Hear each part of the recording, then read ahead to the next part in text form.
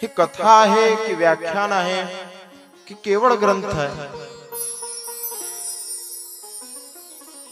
शुकदेवांनी सूत मुनींनी दिलेलं कोणतं प्रवचन? काय होते श्रीमद भागवताची कथा ऐकल्याने? आम्ही ऐकलंय श्रीमद भागवताची कथा ऐकल्याने मुक्ती मिळते. मग कुणाकुणाला मिळाली? गेल्या 5000 वर्षापासून सलग परंपरा चालत आलेली आहे. मग ऐकल्याने, कथा ऐकल्याने जर मुक्ती मिळते तर कुणाकुणाला मिळाली मुक्ती? श्रीमद भागवतामध्ये असं काय आहे की 18 पुराण असून सुद्धा भागवत पुराण आज गावोगावी होते, इतर पुराण अत्यंत कमी. ह्या सगळ्या प्रश्नांचं उत्तर ज्यामध्ये आहे त्याला श्रीमद भागवताचं महात्म्य असं म्हणतात. महात्म्याचे 6 अध्याय, त्यातला पहिला श्लोक ईश्वराचं तात्विक स्वरूप सांगते. सच्चिदानंद रूपाय विश्वोत्पत्त्यादि हेतवे तापत्रय विनाशाय श्रीकृष्णाय वयं नमः. श्रीकृष्णाय वयं नमः. आम्ही सर्व श्रीकृष्णांना नमस्कार करतो. पण कोणत्या श्रीकृष्णांना? श्रीकृष्ण असं नाव ऐकलं की आपल्या डोळ्यासमोर छबी उभी राहते, एक चित्र उभं राहते. कोण? माखन चोर,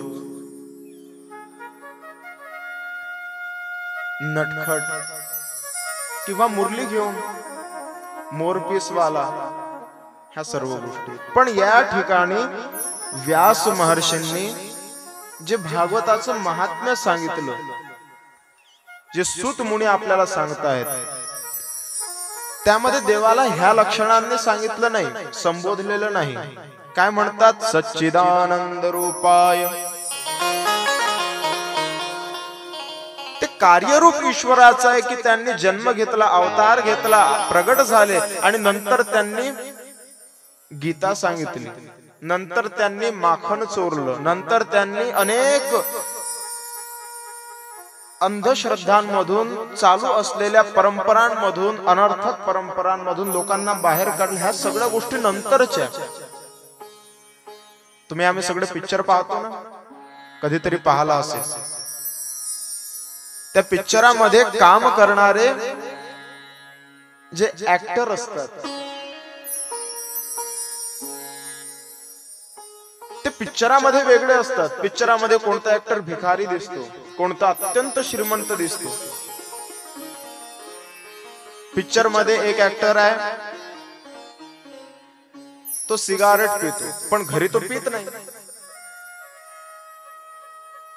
पण एक रोल करावा लागतो पिक्चरामध्ये आल्यानंतर, म्हणून तो सिगारेट पितो. एरवी तो घरी पित नाही. म्हणजे त्यांचे 2 रूप आहेत. कोणते? एक पिक्चरातलं आणि एक घरचं. तसे ईश्वराचे 2 रूप आहेत, ते प्रगट झाल्यानंतरचं आणि वैकुंठातलं. या ठिकाणी वैकुंठात म्हणजे परमात्मा स्वतःच्या घरी कसे असतात, सोप्या भाषेत सांगायचं झाल्यास ते सांगितलं. सच्चिदानंद रूपाय. परमात्मा सत स्वरूप आहे. सत म्हणजे काय? तो कालही होता, आजही आहे आणि उद्याही राहणार. भूत भविष्य वर्तमान मध्ये त्याची सत्ता आहे, त्याला म्हणतात सत. ज्या तत्वाने हे सगळं सृष्टी, हा सगळा प्रपंच निर्माण झाला, त्याला म्हणतात सत.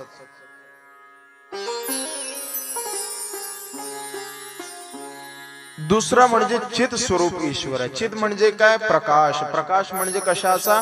ज्ञानाचा. तिसरं म्हणजे आनंद स्वरूप परमात्मा आहे.